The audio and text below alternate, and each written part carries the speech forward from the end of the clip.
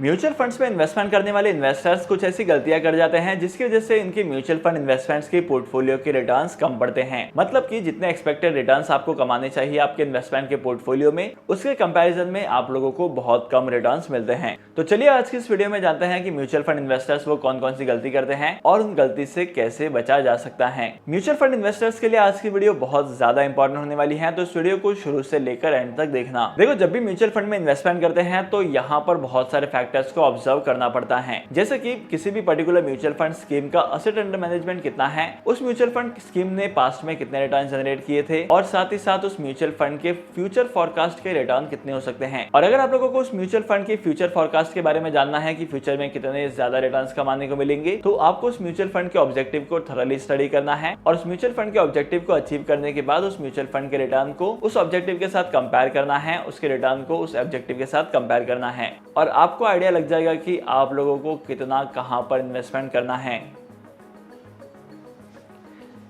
इसके अलावा mutual fund में इन्वेस्टमेंट करने के टाइम पर आप लोगों को अल्फा फैक्टर और बीटा फैक्टर भी देखना है। अल्फा फैक्टर और बीटा फैक्टर की वजह से मार्केट के रिस्क और वोलेटिलिटी का पता चलता है। तो म्यूचुअल फंड की स्कीम्स में इन्वेस्टमेंट करने वाले इन्वेस्टर सबसे पहली गलती ये करते हैं कि ये अपने इन्वेस्टमेंट्स के पोर्टफोलियो को, खासकर म्यूचुअल फंड के इन्वेस्टमेंट के पोर्टफोलियो को स्मॉल कैप कंपनीज के म्यूचुअल फंड की स्कीम में या तो मिड कैप कंपनीज के म्यूचुअल फंड के स्कीम में हैवीली इन्वेस्टमेंट करके अपने पैसे को ब्लॉक कर देते हैं। देखो, म्यूचुअल फंड में इन्वेस्टमेंट करना है तो बहुत सारी म्यूचुअल फंड की स्कीम है। अगर आप लोग स्मॉल कैप म्यूचुअल फंड के स्कीम में इन्वेस्टमेंट करेंगे तो वहां पर भी आपको अट्रैक्टिव रिटर्न मिलेंगे। मिड कैप म्यूचुअल फंड की स्कीम में भी अट्रैक्टिव रिटर्न कमाने को मिलेंगे। लेकिन जब भी आप लोग म्यूचुअल फंड की स्कीम्स में इन्वेस्टमेंट करेंगे तो यहाँ पर आपको कम से कम इन्वेस्टमेंट करना है स्मॉल कैप और मिड कैप म्यूचुअल फंड की स्कीम में, क्योंकि अगर आप लोग स्मॉल कैप और मिड कैप म्यूचुअल फंड की स्कीम में पोर्टफोलियो को ओवर डाइवर्सिफाई कर देंगे, मतलब कि एक पर्टिकुलर लेवल से ज्यादा का इन्वेस्टमेंट कर लेंगे, तो आपके इन्वेस्टमेंट के पोर्टफोलियो के लिए काफी ज्यादा रिस्की होता है। अब इसके पीछे का रीजन ये है कि स्मॉल कैप म्यूचुअल फंड्स का एक्सपेंस रेशियो थोड़ा सा ज्यादा होता है और स्मॉल कैप म्यूचुअल फंड की कैटेगरी में इन्वेस्टमेंट करने के लिए म्यूचुअल फंड मैनेजर के पास बहुत सारे ऑप्शंस होते हैं। काफी बार इतने सारे ऑप्शंस सामने होने की वजह से यहाँ पर आप लोगों को अट्रैक्टिव रिटर्न्स के बजाय आपके इन्वेस्टमेंट के पोर्टफोलियो में डाउनफॉल देखने को मिलता है, क्योंकि स्मॉल कैप म्यूचुअल फंड की स्कीम में जो कंपनीज होती हैं वो बहुत ही ज्यादा वोलेटाइल होती हैं और जिस किसी भी म्यूचुअल फंड की स्कीम में वोलेटिलिटी ज्यादा होती है वहां पर आपको रिटर्न्स कंपैरेटिवली कम दिखाई देते हैं। इसके अलावा दूसरी सबसे बड़ी गलती करते हैं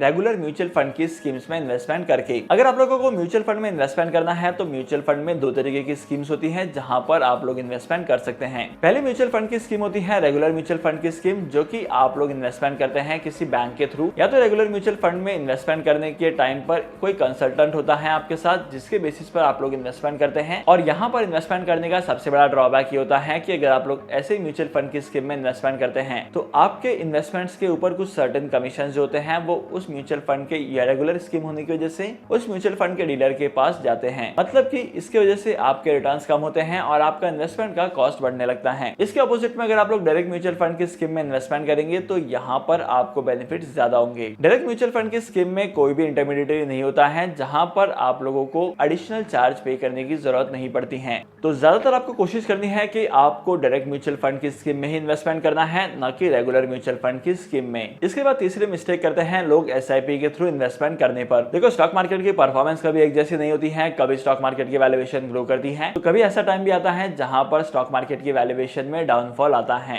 और मेजॉरिटी केसेस में देखा जाता है कि बहुत सारे लोग जब स्टॉक मार्केट क्रैश करता है या स्टॉक मार्केट में डाउन ट्रेंड होता है तब वहां पर अपने एसआईपीज के थ्रू किए गए इन्वेस्टमेंट को स्टॉप कर देते हैं। अब इसके पीछे लोगों के मल्टीपल रीजंस होते हैं। अब कुछ लोगों का मानना होता है कि स्टॉक मार्केट नेगेटिव परफॉर्म कर रहा है तो यहाँ पर इन्वेस्टमेंट करने का मतलब नहीं निकलेगा, आपके इन्वेस्टमेंट की वैल्यूएशन कम हो जाएगी। और बहुत सारे लोग ये कहते हैं कि करंटली मार्केट में अट्रैक्टिव रिटर्न्स मिल चुके हैं तो इससे ज्यादा मार्केट ऊपर नहीं जाएगा तो हम लोग यहाँ पर इन्वेस्टमेंट नहीं करेंगे। लेकिन अगर आप लोग किसी भी पर्टिकुलर म्यूचुअल फंड की स्कीम में कंटिन्यूटी के बेसिस पर इन्वेस्टमेंट करते हैं, फिर चाहे मार्केट कैसे भी परफॉर्म करे, तो आपके ओवरऑल इन्वेस्टमेंट के पोर्टफोलियो पर आप लोगों को अट्रैक्टिव रिटर्न्स कमाने को मिलते हैं। इसके बाद फोर्थ इंपॉर्टेंट मिस्टेक करते हैं लोग रिस्क एंड रिटर्न का एनालिसिस किए बिना इन्वेस्टमेंट कर देते हैं। किसी भी म्यूचुअल फंड की स्कीम में इन्वेस्टमेंट करने से पहले आपको ये देखना है कि उस म्यूचुअल फंड के इन्वेस्टमेंट्स पर कितना रिस्क आपको बियर करना पड़ेगा और उस रिस्क के कंपैरिजन में आपको कितने रिटर्न्स मिलेंगे। और अपने रिटर्न्स को दो पार्ट्स में डिवाइड करना है, आपको शॉर्ट टर्म के रिटर्न को भी देखना है और लॉन्ग टर्म के बेनिफिट्स को भी देखना है।